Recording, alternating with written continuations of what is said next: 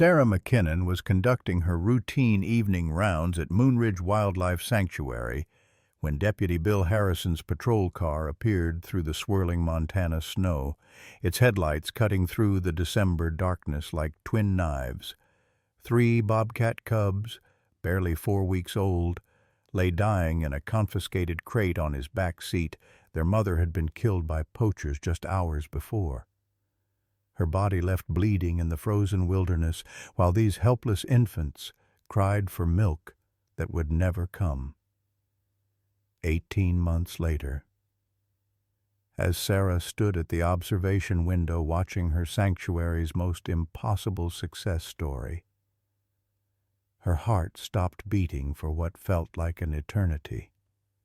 The 3 fully grown bobcats had surrounded Rex, her dying German shepherd, in what could only be described as a sacred vigil, but what happened next would shatter everything she thought she understood about love, loyalty, and the unbreakable bonds that transcend every boundary nature had ever drawn. Leave a like and share your thoughts in the comments along with the city you're watching. From now, let's continue with the story.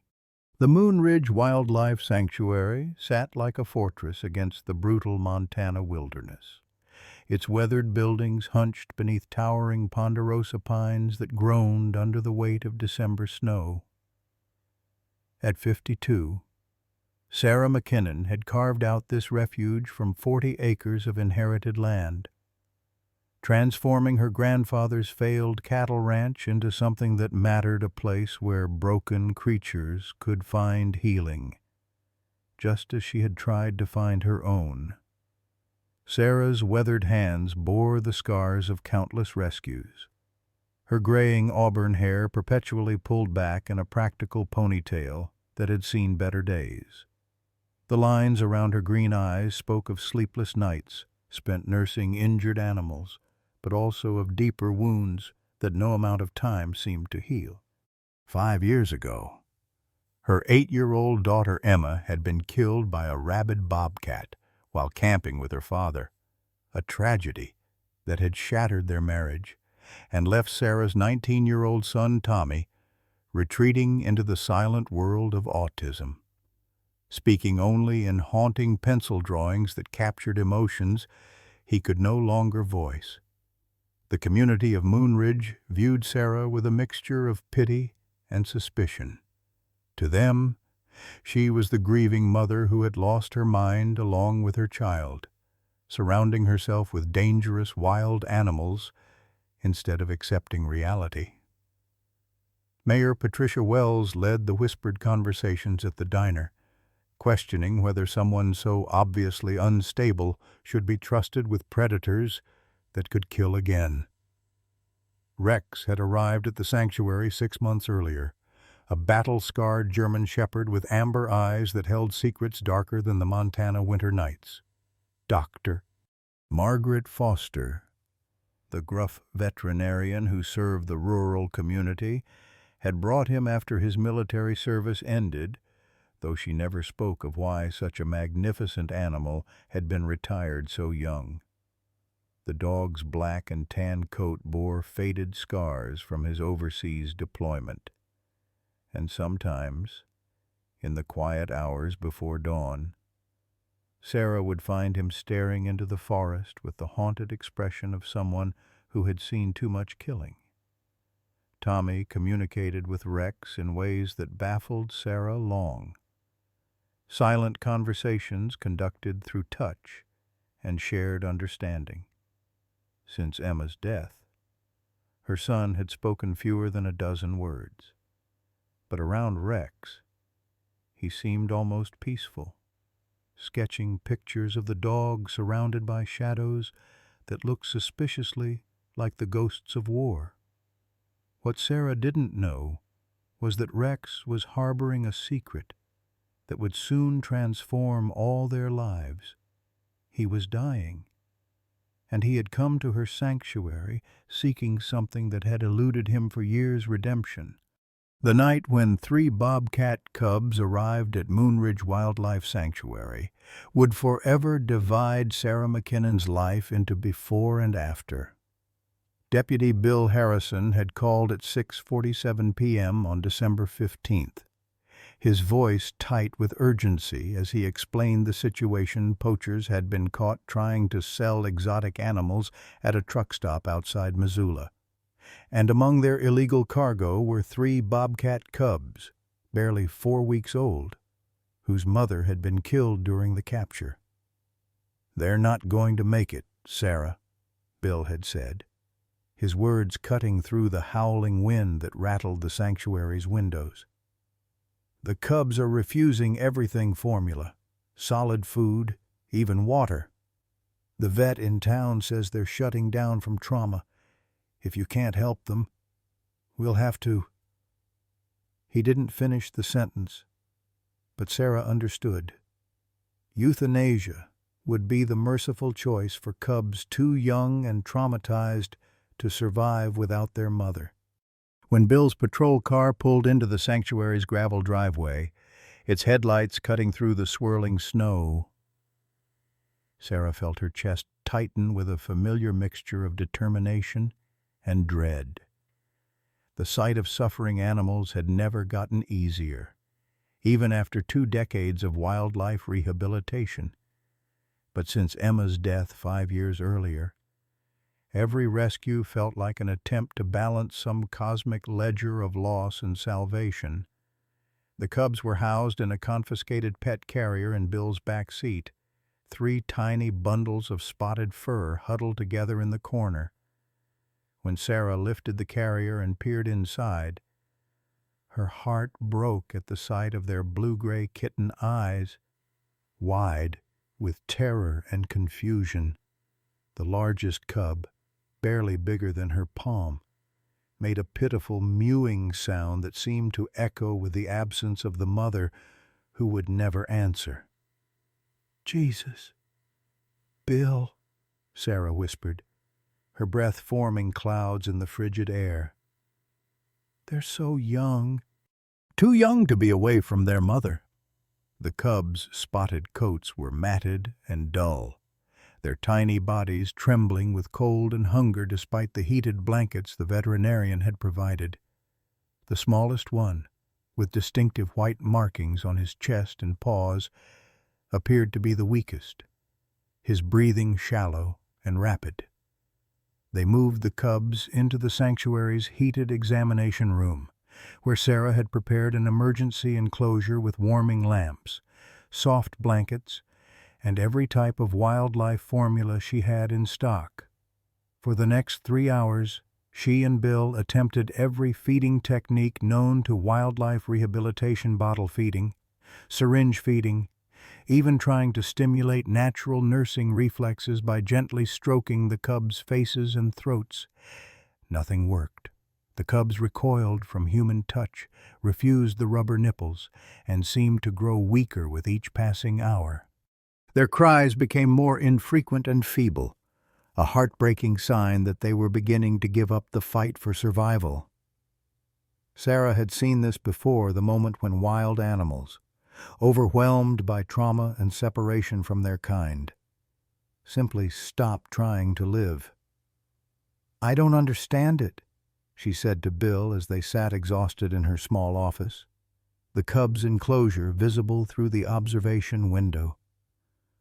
"I've raised dozens of orphaned predators. Usually, once you get nutrition into them consistently, their survival instincts kick in. But these 3—" She trailed off, watching the cubs huddle together in the corner of their enclosure, their tiny bodies pressed close for warmth and comfort that seemed inadequate against their grief.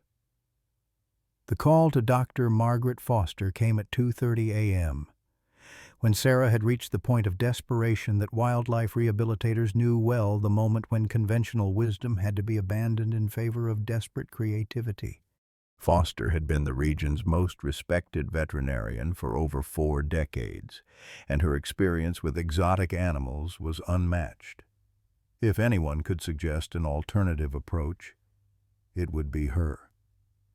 "I'll be there in an hour," Foster had said without hesitation, her voice carrying the authority of someone who had faced countless midnight emergencies. "But Sarah, I want you to prepare yourself. Sometimes, despite our best efforts, we lose them. These cubs have experienced trauma that would break adult animals. The fact that they've survived this long is already remarkable." By the time Dr. Foster's pickup truck crunched across the snow-covered sanctuary grounds, the cubs had been without proper nutrition for nearly 18 hours since their rescue. Their condition had deteriorated visibly. Their breathing was more labored, their movements sluggish, and their responses to stimuli almost non-existent.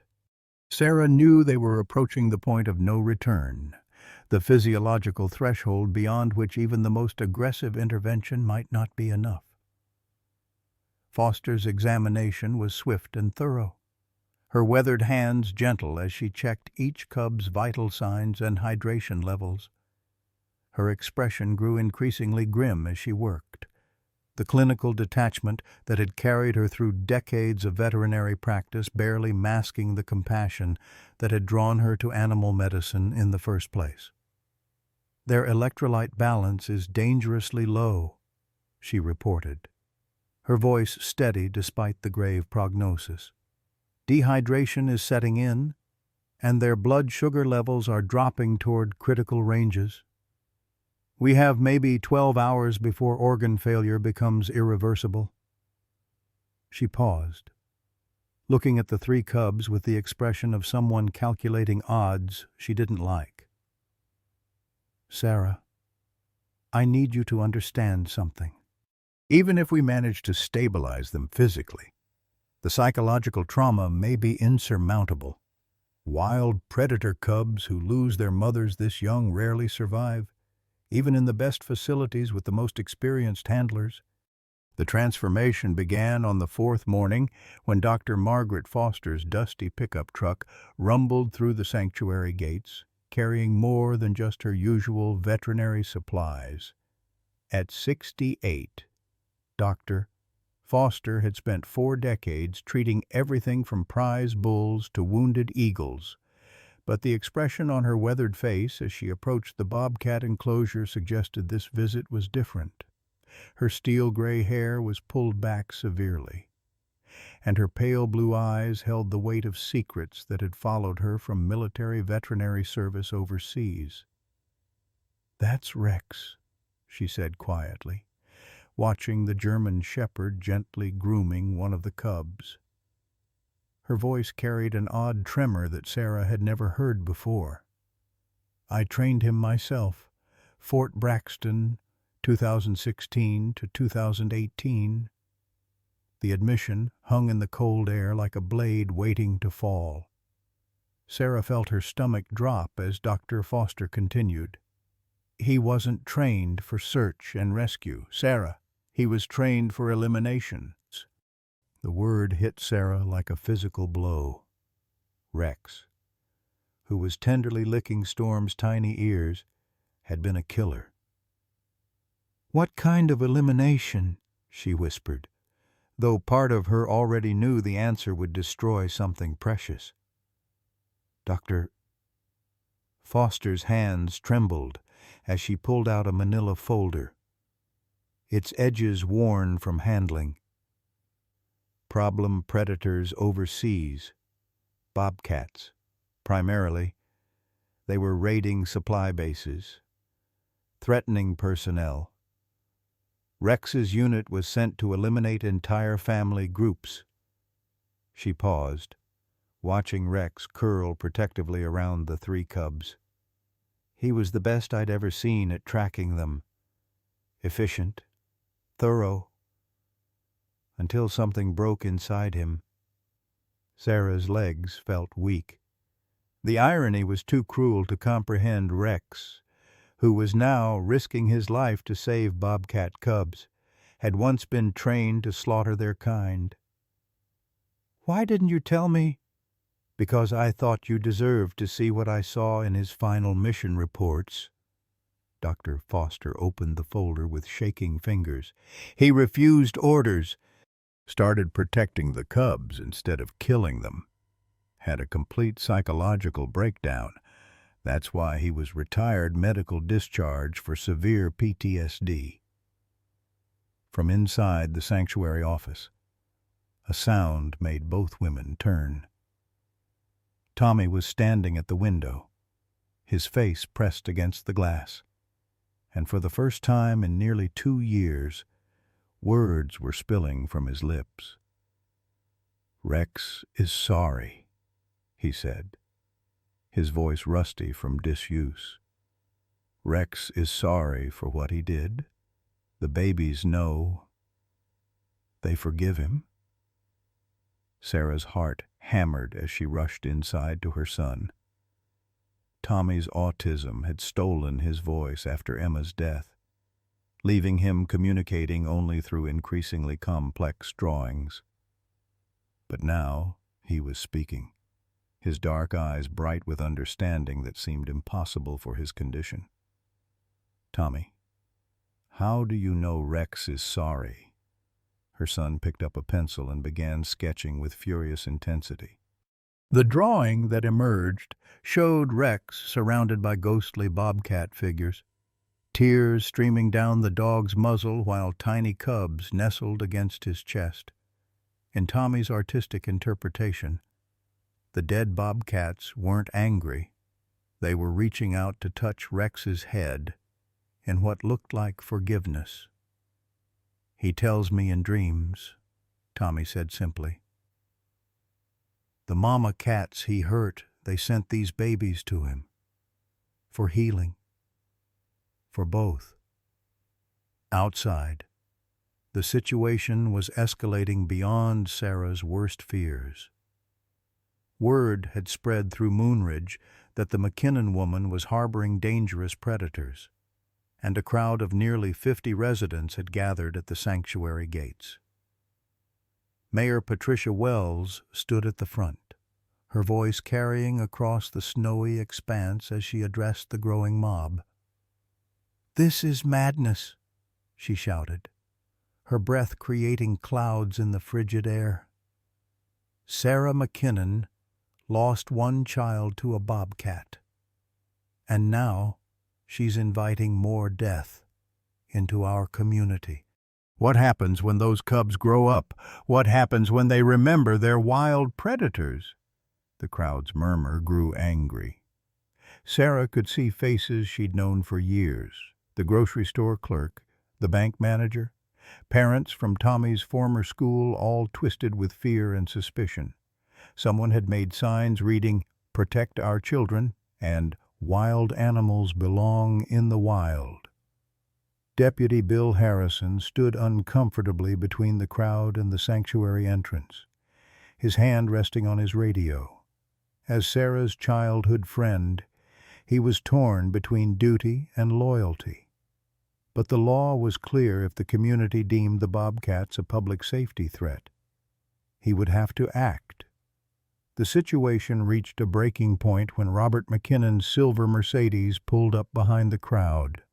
Sarah's ex-husband emerged wearing his expensive lawyer's coat and the cold expression that had ended their marriage. At 45, Robert had rebuilt his life after Emma's death by burying himself in his law practice and a new relationship with a woman who had never known loss. "Sarah," he called out, his voice carrying the authority of someone accustomed to winning arguments. "I'm filing an emergency motion for full custody of Tommy. This environment is clearly dangerous for a special needs child." The threat hit Sarah harder than the community's anger. Losing Tommy would destroy what remained of her family. But she couldn't deny that her son was thriving around the bobcats in ways she'd never seen since Emma's death. Rex had somehow unlocked something in Tommy that years of therapy couldn't reach. "Doctor," Foster stepped forward, her medical bag clutched like a shield. "There's something else you all need to know," she announced, her voice cutting through the crowd's noise. "Rex is dying. Brain tumor. He has maybe 6 months left. The revelation sent a shocked silence through the gathering. He came here seeking redemption, and somehow these cubs represent his chance at peace. As if summoned by her words, Rex appeared at the enclosure fence. The 3 cubs pressed against his sides. The sight was simultaneously beautiful and heartbreaking, a dying warrior finding purpose in protecting the very creatures he'd once been trained to destroy. In that moment, even the angriest protesters seemed to understand they were witnessing something sacred, something that transcended their fears and demanded a different kind of response. The weeks following Dr. Foster's revelation transformed the sanctuary into something Sarah had never imagined, a place where the impossible became routine, where healing took forms that defied every textbook she'd ever read about wildlife rehabilitation. Storm, shadow, and spirit, as Tommy had named the cubs, thrived under Rex's devoted care with a vitality that astonished even Dr. Foster. The German shepherd's maternal instincts seemed to transcend his deteriorating condition, and each morning brought new evidence of the extraordinary bond developing between the unlikely family. Rex's daily routine had become a ritual of redemption. At dawn, he would position himself at the center of the enclosure while the cubs nursed, his amber eyes scanning the perimeter with military precision. When they played, he supervised with the patience of a seasoned parent, gently correcting overly aggressive behavior with soft growls and nudges. Most remarkably, the cubs seemed to understand Rex's increasing limitations, instinctively avoiding his left side where the brain tumor was causing partial paralysis, and cushioning their play when his medication made him unsteady. Dr. Foster documented behaviors she'd never encountered in 40 years of veterinary practice. The cubs showed an unusual level of emotional intelligence, responding to Rex's moods with comforting behaviors typically seen only in domestic animals. When Rex experienced his worst episodes, moments when the tumor caused confusion and panic, Storm would press against his chest, while Shadow and Spirit flanked his sides, their purring seeming to calm the electrical storms raging in his brain. Tommy's breakthrough continued to astound everyone who witnessed it. His autism, which had silenced him for nearly 2 years, seemed to retreat in the presence of the Bobcat family. He began speaking in full sentences, describing elaborate dreams where Rex communicated with the spirits of the bobcats he'd killed overseas. According to Tommy, these conversations weren't filled with accusation, but with understanding. Warrior, recognizing warrior. Predator, acknowledging the brutal necessities of survival. Rex says the mama cats forgave him because he was following orders. Tommy explained to Sarah during one of their quiet moments watching the cubs play. But he couldn't forgive himself until he could save someone instead of hurt them. His artistic abilities had exploded alongside his returning speech, producing drawings that captured emotional complexities beyond his years, images of Rex weeping over fallen bobcats, then cradling living cubs with tears of joy. The sanctuary's daily operations had become a delicate balance between maintaining the cubs' wild instincts and accommodating their unprecedented relationship with Rex. Sarah and Dr. Foster established feeding schedules that supplemented Rex's milk with appropriate nutrition for growing bobcats, while creating enrichment activities that encouraged natural hunting behaviors. The cubs demonstrated perfect bobcat development, stalking, pouncing, climbing, but always returned to Rex's side when tired or uncertain, as if he were their true north in a confusing world. Community reaction remained sharply divided. creating a tension that permeated every aspect of life in Moonridge. Mayor Wells had organized a formal petition demanding the cubs' removal, gathering over 200 signatures from residents who viewed the sanctuary as a ticking time bomb. Her supporters held weekly protests at the sanctuary gates, their signs reading, "Children before cats," and "Sarah's grief endangers us all." The local newspaper ran daily editorials questioning Sarah's mental stability and demanding government intervention. However, an unexpected counter-movement had begun to emerge.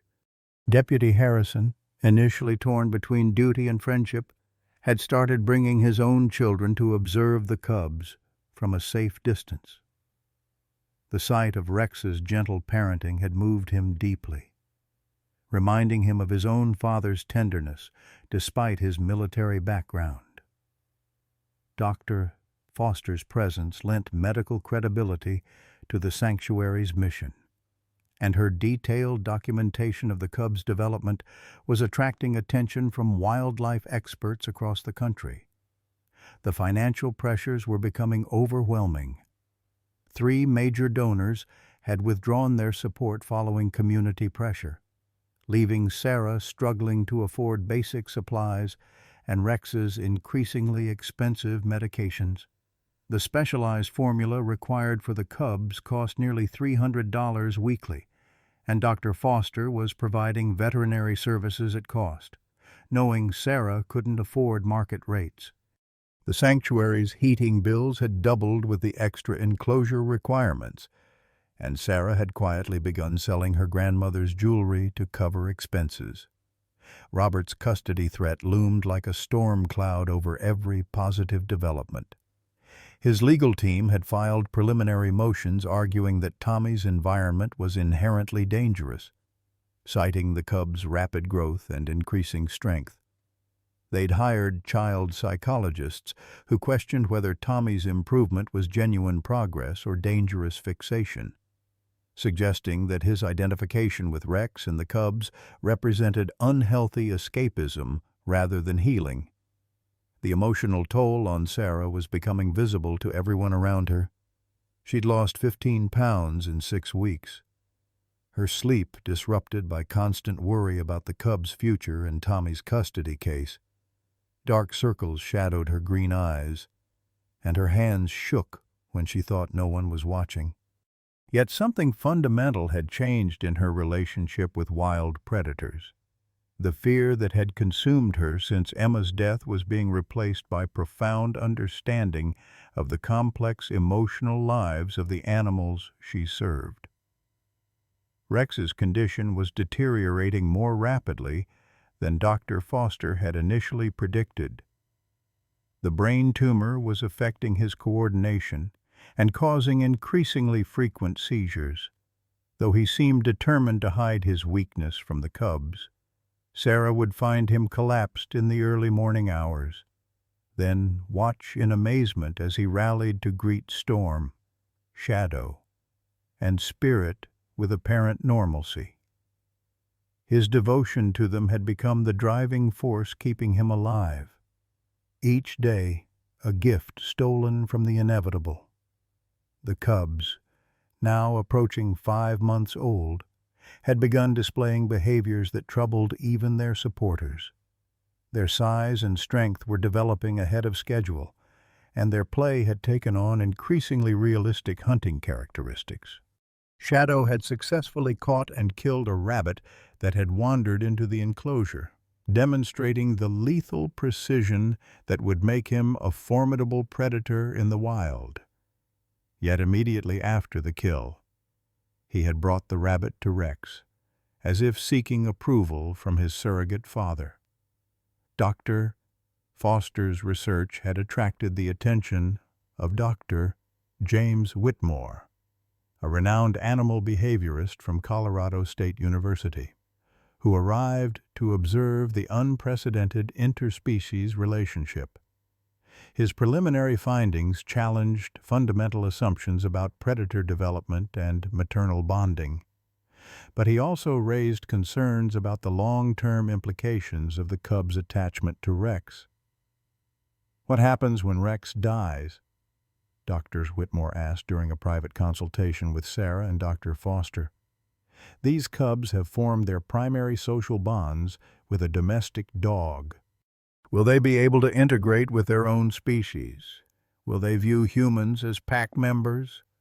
We're in uncharted territory. The question haunted Sarah's nights. She'd saved the cubs' lives, but had she condemned them to a future where they belong neither in the wild nor in captivity, Rex's redemption might come at the cost of the cubs' natural development, creating a tragic irony that kept her awake until dawn.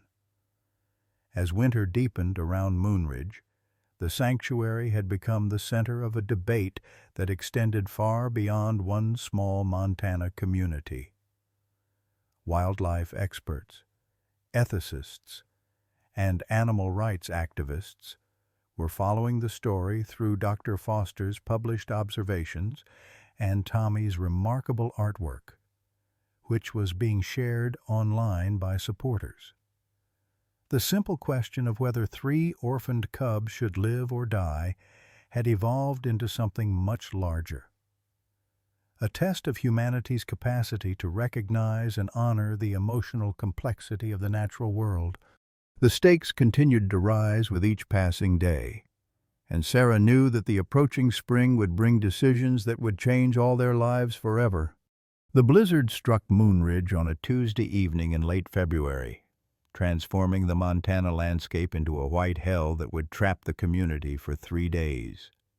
Sarah had been monitoring the weather reports with growing anxiety, knowing that Rex's condition had deteriorated significantly over the past week. His seizures were becoming more frequent and severe, leaving him disoriented and weak for hours afterward. The cubs, now 8 months old and nearly full-grown, had begun displaying protective behaviors that both amazed and terrified her, positioning themselves around Rex during his episodes, their powerful bodies forming a living barrier against any perceived threat. The storm's arrival coincided with the most devastating news Sarah could have imagined. Deputy Harrison had called that afternoon with word that the emergency custody hearing for Tommy had been scheduled for Thursday morning, regardless of weather conditions. Robert's legal team had convinced the judge that the situation at the sanctuary constituted an immediate danger to Tommy's welfare, particularly given Rex's declining mental state and the cub's increasing size and strength. The timing felt like a cruel twist of fate. Nature itself seemed to be conspiring against everything Sarah had fought to preserve. As the wind howled around the sanctuary buildings and snow piled against the windows in towering drifts, Sarah found herself trapped not just by the weather, but by the weight of impossible choices.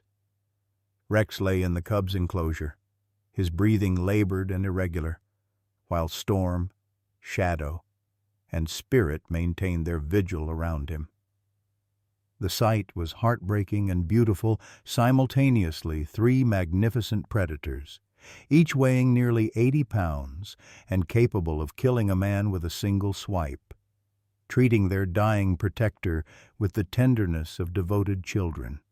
Tommy had stationed himself at the observation window, his notebook filled with frantic sketches that captured the emotional intensity of the scene. His autism, which had retreated so dramatically over the past months, seemed to sharpen his perception of the crisis unfolding before them. "Rex is trying to tell them goodbye," he said quietly, his breath fogging the glass. "But they won't let him. They think they can keep him alive if they stay close enough." The boy's insight pierced Sarah's heart with its accuracy. She could see the cubs' confusion and desperate determination as they pressed against Rex's failing body, their purring creating a continuous rumble that seemed to ease his pain. Dr.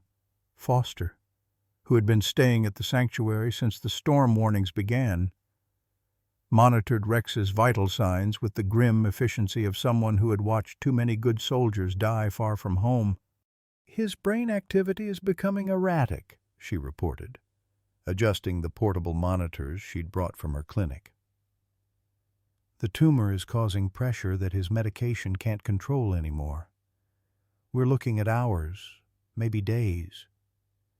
She paused, watching Storm gently lick Rex's muzzle. "I've never seen anything like their response to his condition. It's as if they understand exactly what's happening." The blizzard's fury reached its peak as darkness fell, transforming the sanctuary into an island of desperate hope surrounded by nature's violence.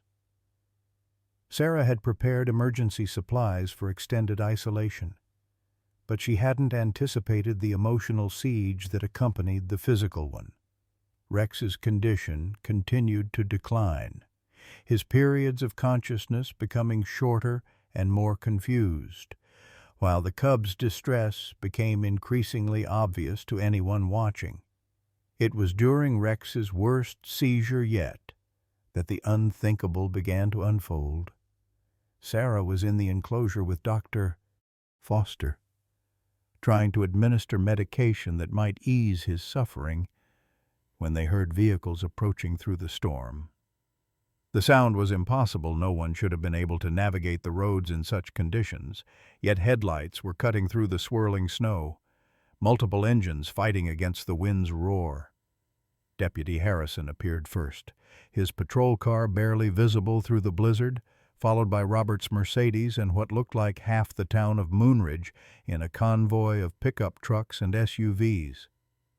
The sight of the community braving the storm's wrath to reach the sanctuary filled Sarah with dread.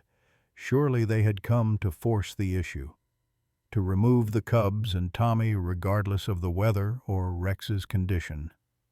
Robert emerged from his vehicle wearing the expensive winter gear that marked him as someone who confronted nature on his own terms, his legal papers presumably protected in a waterproof briefcase. Behind him came Mayor Wells, her face set with the determination of someone who had finally found the excuse she needed to end what she viewed as Sarah's dangerous experiment. The crowd that followed included faces Sarah recognized from years of community life: teachers, shopkeepers, parents who had once trusted her with their injured pets and now viewed her as a threat to their children's safety. But as the group approached the sanctuary buildings, something unexpected happened. Tommy burst from the observation building, his face streaked with tears, and ran directly toward the approaching crowd. His autism had never prevented him from reading emotional undercurrents, and what he sensed now was not anger, but something far more complex, a community struggling with its own conscience in the face of an impossible situation. "You can't take them!" Tommy shouted, his voice carrying across the wind with surprising strength. "Rex is dying, and they know it. They're saying goodbye." His words seemed to stop the advancing group in their tracks, the adults suddenly confronted by the raw emotion of a young man whose development they had all watched with concern for years. It was then that the truly unthinkable occurred. Rex, summoning strength that should have been impossible given his condition, struggled to his feet in the enclosure. The cubs immediately flanked him, not restraining his movement but supporting it, their bodies acting as living crutches for their failing protector. Together, the unlikely family moved toward the fence that separated them from the gathering crowd, Rex's amber eyes somehow finding focus despite the tumor's ravages.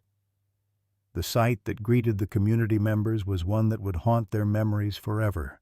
3 fully grown bobcats, apex predators capable of incredible violence, were walking in perfect formation around a dying German shepherd, their movements synchronized not by training but by love.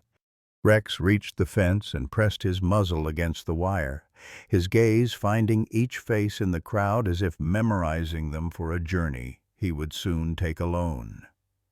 Storm, the largest of the cubs, positioned himself directly between Rex and the crowd. But his posture wasn't aggressive. It was protective in the way a child shields a beloved grandparent from strangers. Shadow and Spirit flanked their brother, their golden eyes reflecting an intelligence that seemed almost human in its depth and complexity. The silence that fell over the gathering was complete, except for the wind's howling and the soft rumble of the cub's continuous purring. "Doctor." Foster's voice cut through the tension with clinical precision. "What you're witnessing is unprecedented in wildlife behavioral science," she announced, her words carrying the authority of 4 decades in veterinary medicine.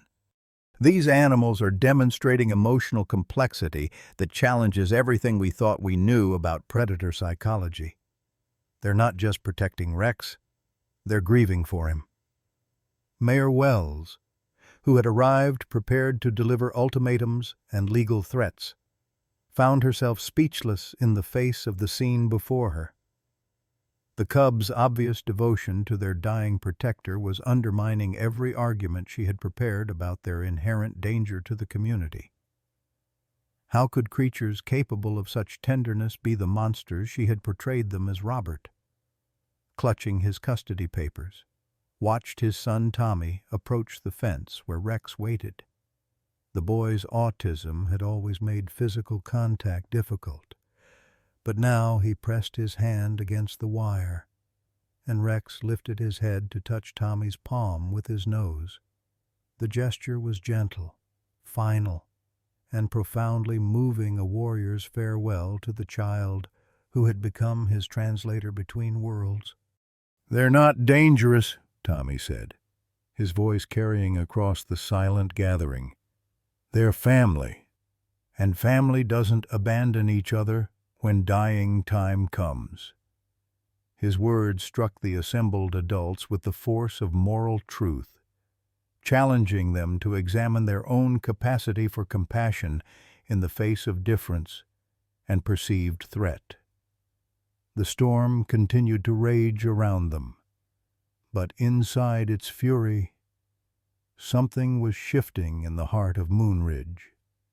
The community that had come to force separation was beginning to understand that they were witnessing something sacred, a demonstration of love that transcended species, circumstance, and even death itself. Rex's redemption was becoming their own test of humanity, and the choice they made in the next few hours would define not just the fate of 3 orphaned cubs, but the moral character of their entire community. The vigil began at 3 o'clock in the morning when Rex collapsed for the final time, his body no longer able to fight the tumor that had been stealing pieces of his mind for months. "Doctor?" Foster had prepared Sarah for this moment, but nothing could have readied her for the cubs' response to their protector's approaching death. Storm, Shadow, and Spirit arranged themselves around Rex's still form with the precision of an honor guard, their powerful bodies creating a protective circle that no force on earth could penetrate. Sarah knelt beside Rex in the pre-dawn darkness, her hand resting on his graying muzzle as his breathing became increasingly shallow and labored. The German shepherd's amber eyes, clouded now by pain and medication, found hers with a clarity that seemed impossible given his condition. In that gaze, she saw not just a dying animal, but a warrior who had finally found peace after years of carrying the weight of necessary violence. The cubs maintained their death watch with a solemnity that silenced even Mayor Wells, who had remained at the sanctuary despite the continuing blizzard. Storm pressed his massive head against Rex's chest, listening to the irregular heartbeat that was slowly fading away.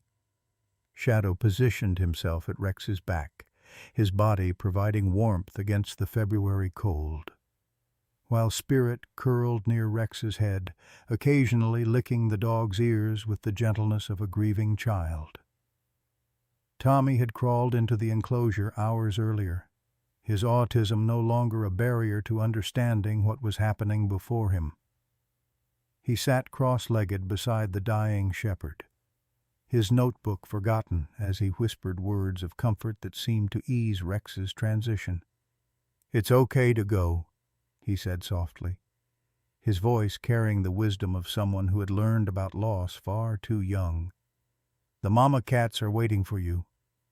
They're not angry anymore." Dr. Foster monitored Rex's vital signs with the clinical detachment that had carried her through decades of veterinary practice, but her eyes betrayed the emotion she tried to suppress.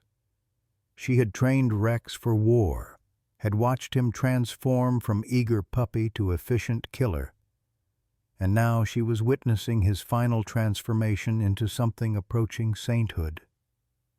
The irony was almost too painful to bear. The dog who had once slaughtered Bobcat families was dying surrounded by their orphaned descendants, forgiven and beloved. As Rex's breathing became more erratic, the cub's behavior grew increasingly remarkable.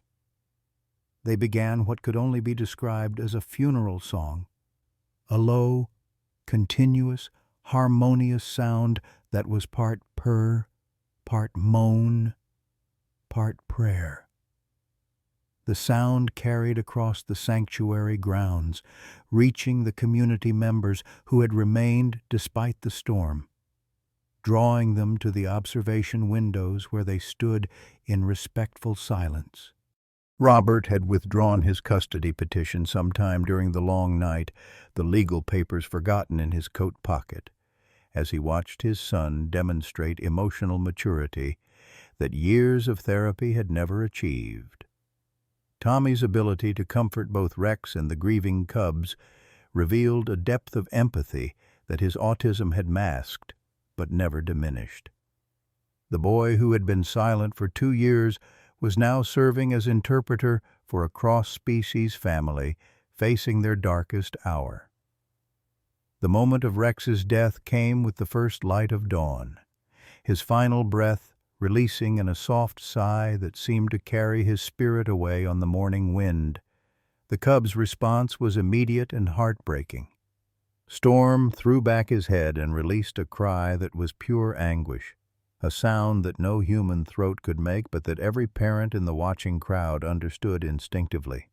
Shadow and Spirit joined their brother's lament, their voices combining in a chorus of grief that echoed across the snow-covered landscape.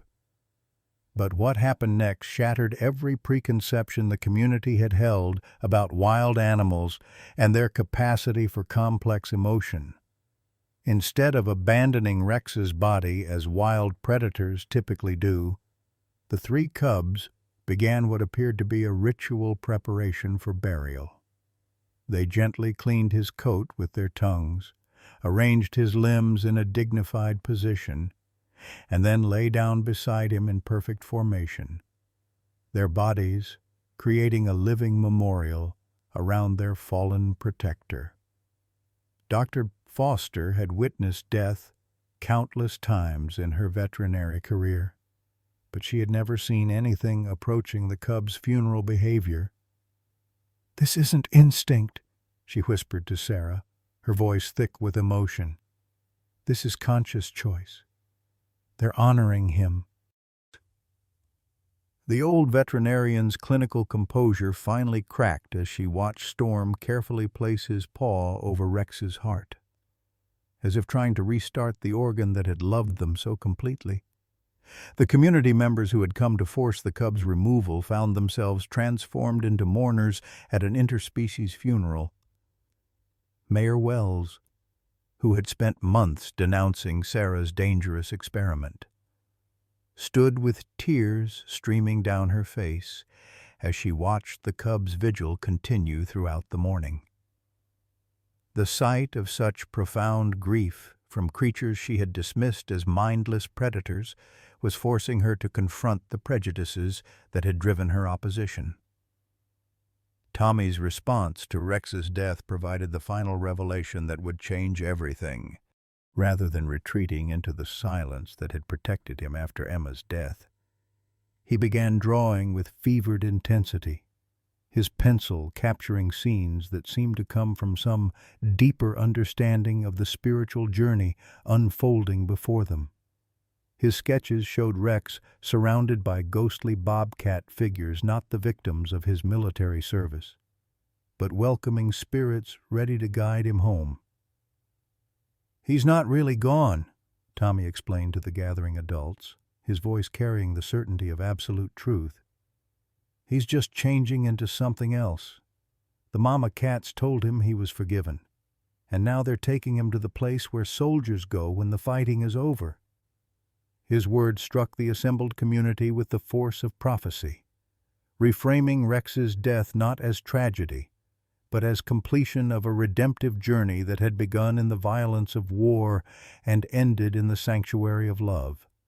The cubs refused to leave Rex's body as the hours passed, their vigil becoming a testament to loyalty that transcended species boundaries. Storm, shadow, and spirit had lost more than their protector. They had lost the bridge between their wild nature and the domestic world that had raised them. Their grief was not just for Rex, but for the impossible position his death had placed them in. Creatures who belonged fully to neither world, but had found their identity in the space between. As the blizzard finally began to subside, and the reality of decisions that could no longer be postponed settled over the sanctuary, Sarah realized that Rex's death had transformed more than just the cubs' lives.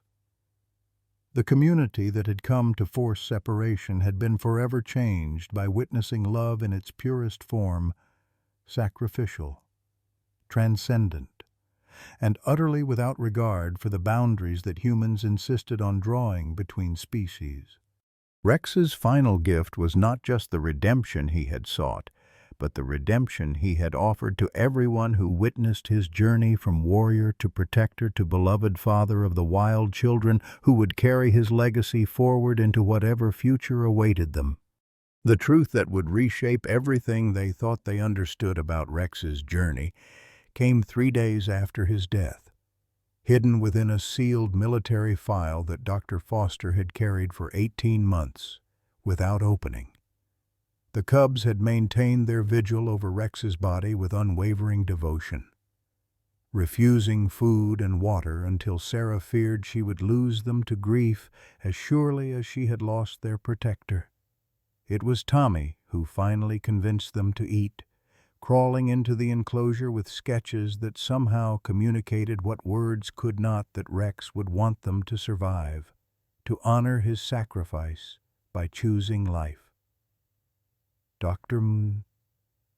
Foster sat in Sarah's kitchen on the morning of the 4th day, her weathered hands trembling as she broke the wax seal on the classified documents she had sworn never to reveal. The blizzard had passed, leaving Moonridge buried under 3 feet of pristine snow that reflected the morning sun like scattered diamonds. But the beauty of the landscape felt incongruous with the darkness she was about to unveil. "I lied to you about Rex's overseas missions," Dr. Foster began, her voice barely above a whisper. "Not about what he did that was all true, but about which Bobcats he killed." She spread the military reports across the table, photographs and incident reports that documented Rex's final deployment to the mountains of Afghanistan in the winter of 2017. There was a family of Bobcats that had been raiding military supply lines, killing guard dogs and threatening personnel. Rex's unit was ordered to eliminate them. Sarah's blood turned cold as she studied the photographs. The adult female Bobcat in the images was magnificent, her spotted coat gleaming in the harsh Afghan sunlight as she defended her 3 cubs from approaching soldiers. The cubs were tiny, barely weaned, their blue-gray kitten eyes wide with terror, as their mother positioned herself between them and the armed humans closing in on their den. "Rex found them first," Dr. Foster continued, her voice breaking with emotion she had suppressed for years. "Standard protocol was immediate elimination, no questions, no hesitation.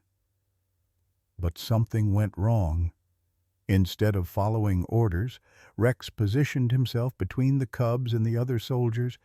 He refused to move, refused to attack.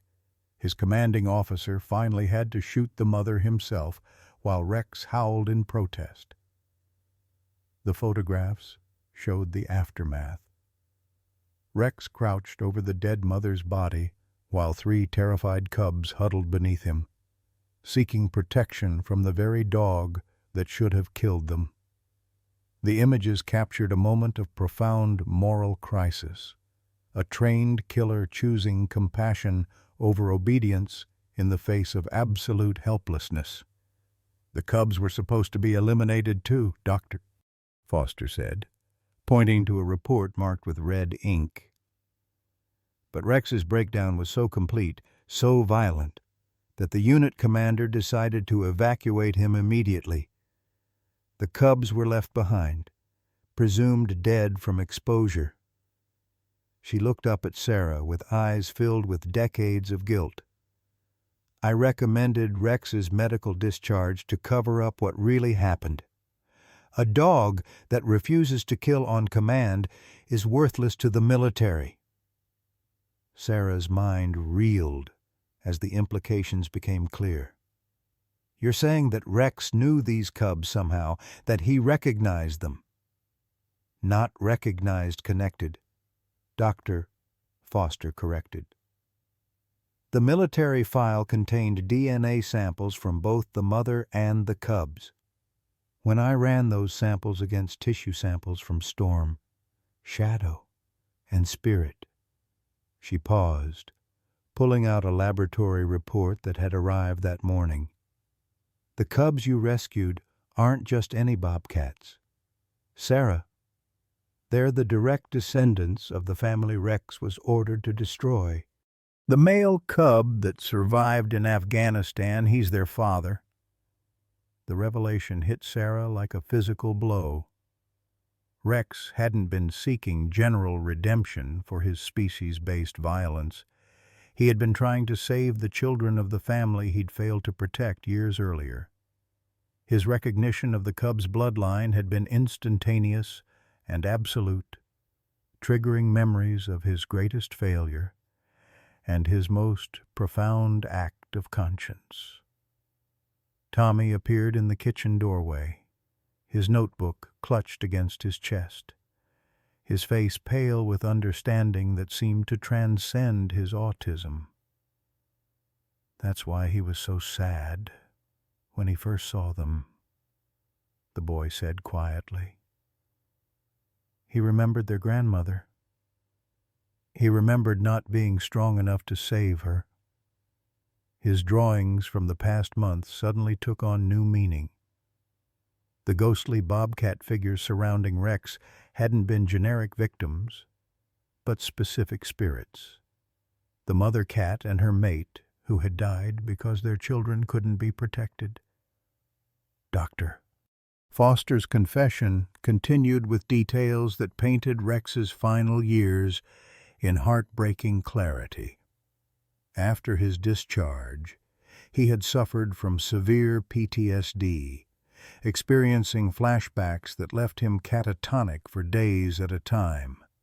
His previous handlers had deemed him unadoptable, too damaged for civilian life, too unpredictable for family placement. Dr.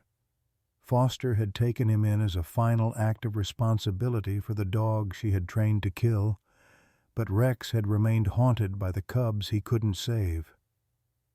"When I brought him to your sanctuary, I hoped the presence of other animals might help his healing," she admitted. I never imagined he would encounter the bloodline of his greatest regret. But when those cubs arrived that night and Rex's response was so immediate, so protective, I began to suspect. The DNA confirmation arrived yesterday.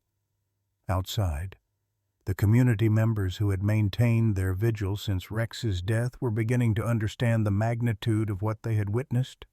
Word of Dr. Foster's revelation spread through Moonridge with the speed of wildfire, transforming the narrative from simple interspecies adoption to something approaching divine intervention. Rex hadn't just been a dog seeking redemption. He had been a warrior completing a mission that had haunted him for years. Finally strong enough to protect the children he had once failed to save, Mayor Wells, who had spent months fighting Sarah's decision to harbor the cubs, found herself grappling with a moral complexity that challenged everything she thought she understood about justice and forgiveness. If Rex's protection of the cubs was the completion of a spiritual journey that began with his refusal to follow orders in Afghanistan, then the community's opposition had been standing in the way of something sacred, a debt being paid across species lines and continents. The cubs themselves seemed to sense the weight of revelation surrounding their origins. Their grief over Rex's death had evolved into something deeper and more purposeful, as if they understood their role in completing a circle that had been broken years before their birth. Storm had begun displaying leadership behaviors that suggested he was preparing to guide his siblings through whatever transition lay ahead, while Shadow and Spirit showed increasing independence that spoke of wild instincts finally asserting themselves. Robert's withdrawal of the custody petition now seemed prescient rather than sentimental. Tommy's development in the presence of the cubs wasn't just therapeutic coincidence. It was the natural result of being witness to one of the most profound examples of moral courage and redemption that any of them would ever encounter. His autism had made him uniquely sensitive to the emotional undercurrents of Rex's journey, allowing him to serve as interpreter for feelings too complex for words. As the full truth of Rex's story spread beyond Moonridge through Dr. Foster's official reports and Tommy's extraordinary artwork, the sanctuary began receiving support from unexpected sources. Wildlife experts who had initially criticized Sarah's unconventional methods were now requesting permission to study the cubs' development. Recognizing that their unique upbringing had created behavioral patterns that could revolutionize understanding of predator psychology and rehabilitation techniques. The transformation in community sentiment was complete and irreversible. The cubs were no longer seen as dangerous predators threatening local children, but as living symbols of healing and forgiveness. Creatures whose very existence proved that love could transcend the boundaries of species, geography, and time itself.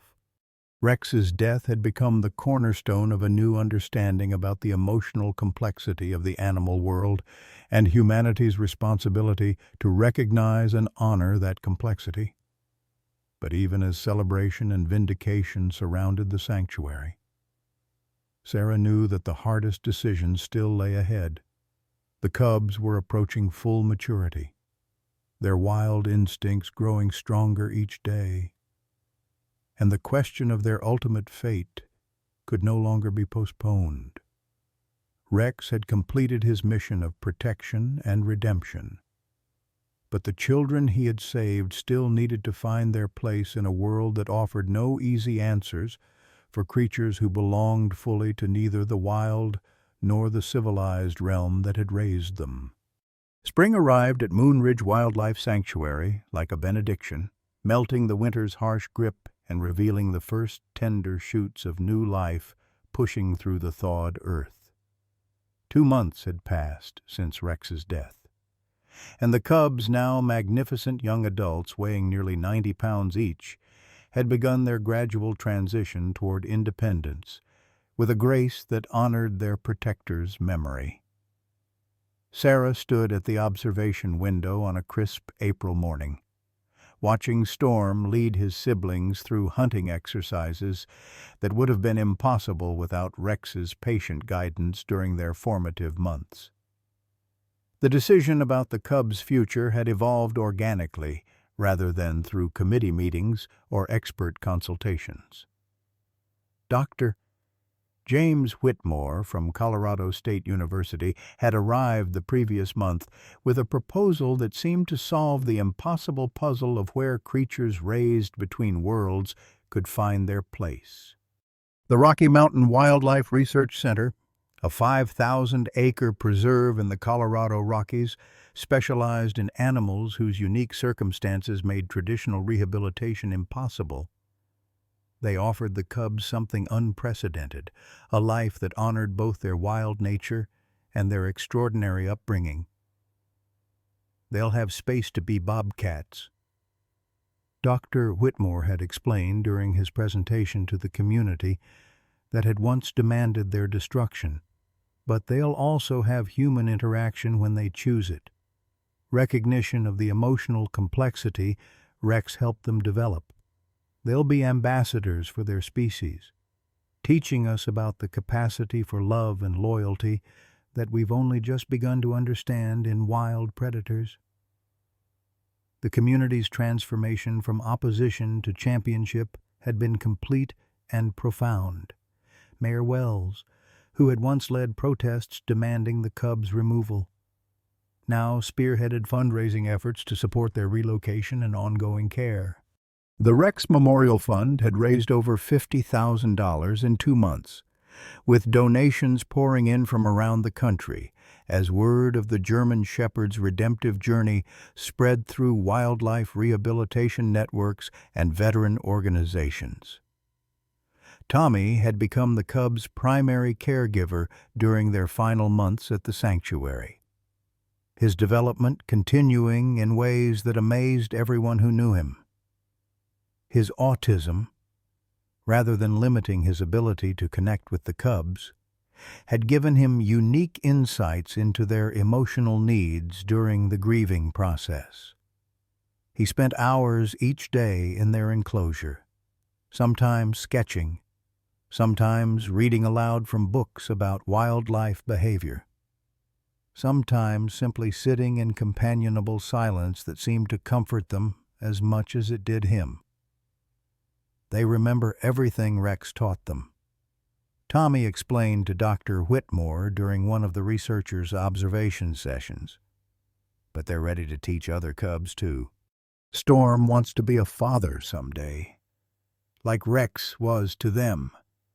The boy's artistic abilities had continued to flourish. His drawings now sought after by galleries interested in showcasing the intersection of autism, trauma recovery, and interspecies communication. Dr. Foster had remained at the sanctuary permanently, her mobile veterinary practice expanding into a full-time position that allowed her to document the cubs' development for the scientific community. Her research papers on Rex's story had been published in 3 major veterinary journals, challenging assumptions about PTSD in military animals and the capacity for moral reasoning in non-human species. The publicity had brought both acclaim and scrutiny, but Foster weathered both with the stoic dignity of someone who had finally found peace with her own role in Rex's journey. The cubs' departure was scheduled for the first week of May, timed to coincide with the spring breeding season when their integration with other bobcats would be most successful. Sarah had dreaded this moment for months, knowing that losing them would feel like another death in a family that had already endured too much loss. But as she watched Storm teach Shadow a hunting technique that Rex had demonstrated during their first weeks together, she realized that their leaving was not abandonment, but graduation proof that Rex's parenting had succeeded beyond all measure. Robert had surprised everyone, including himself, by requesting permission to attend the cubs' farewell ceremony. His relationship with Tommy had been transformed by watching his son's development around the unusual family, leading to his first honest conversations with Sarah since their divorce. "I blamed you for Emma's death," he admitted during one of their planning sessions for Tommy's future. "But I see now that you've been healing us all in ways I never understood. Tommy hasn't just found his voice again, he's found his purpose." The sanctuary had become a pilgrimage site for families dealing with trauma, special needs children, and veterans struggling with PTSD. Rex's story resonated across communities that had never considered the therapeutic potential of interspecies relationships, leading to research partnerships with universities and veterans organizations interested in expanding animal-assisted therapy programs. Sarah found herself consulting on cases across the country, sharing insights gained from her impossible family's journey toward healing. Deputy Harrison had proposed to Sarah on a quiet evening in March, their childhood friendship having deepened into love through shared witness to Rex's remarkable story. The engagement ring had belonged to his grandmother, a simple band that Sarah wore now as she watched the cubs prepare for their new life. Their wedding was planned for the fall, after Tommy's adjustment to the cubs' departure had been assured and the sanctuary's expanded mission had been fully established. The night before the cubs' departure, Sarah allowed herself one final visit to Rex's grave. A simple stone marker, surrounded by wildflowers, that Tommy had planted in a pattern matching one of his drawings. The German shepherd's body rested beneath a spreading oak tree that provided shade for the memorial garden, where visitors left flowers, photographs, and letters telling their own stories of redemption and healing. Storm, shadow, and spirit seemed to understand that their time at Moonridge was ending. They had begun saying goodbye in their own way, visiting every corner of the sanctuary grounds as if memorizing the place that had given them life and love when both seemed impossible. Their behavior toward the human staff had taken on a ceremonial quality, each interaction feeling like a formal farewell between species that had found common ground in love and loss. The farewell ceremony drew visitors from 3 states, including veterans who had served with military working dogs, wildlife rehabilitators inspired by Rex's story, and families whose special needs children had been encouraged by Tommy's development. The Rocky Mountain Wildlife Research Center had sent a specialized transport vehicle that would ensure the cubs' comfort during their journey to their new home, complete with familiar scents and sounds to ease the transition. Tommy's speech at the ceremony captured the profound simplicity of what they had all experienced together. "Rex taught us that love doesn't have to make sense to be real," he said, his voice clear and strong before the gathered crowd. "He was sorry for things he did before he knew better, and he spent his whole life trying to make it right.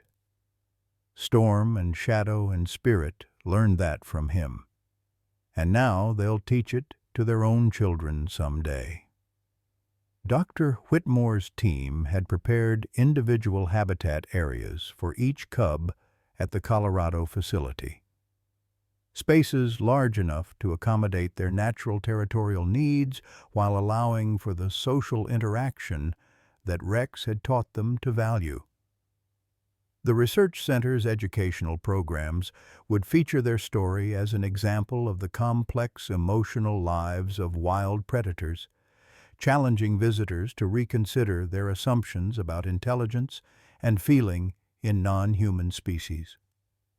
As the transport vehicle disappeared down the mountain road carrying the cubs toward their new life, Sarah felt a profound mixture of grief and gratitude that had become familiar over the past year.